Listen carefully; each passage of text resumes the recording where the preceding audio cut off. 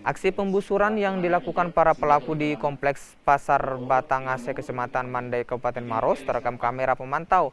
Dari kejadian itu, seorang pelajar menjadi korban terkena busur panah di bagian punggung saat sedang mengantri membeli makanan. Korban langsung dilarikan ke rumah sakit setempat untuk mendapatkan penanganan medis.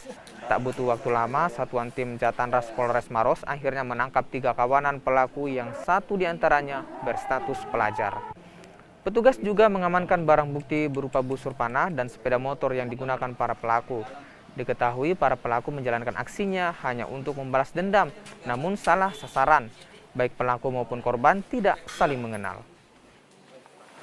Baik untuk motif, setelah didalami oleh tim daripada Reskrim adalah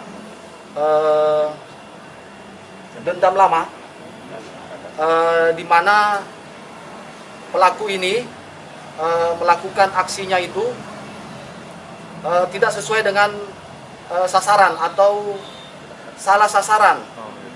Ya, jadi pelaku tidak mengenal daripada korban.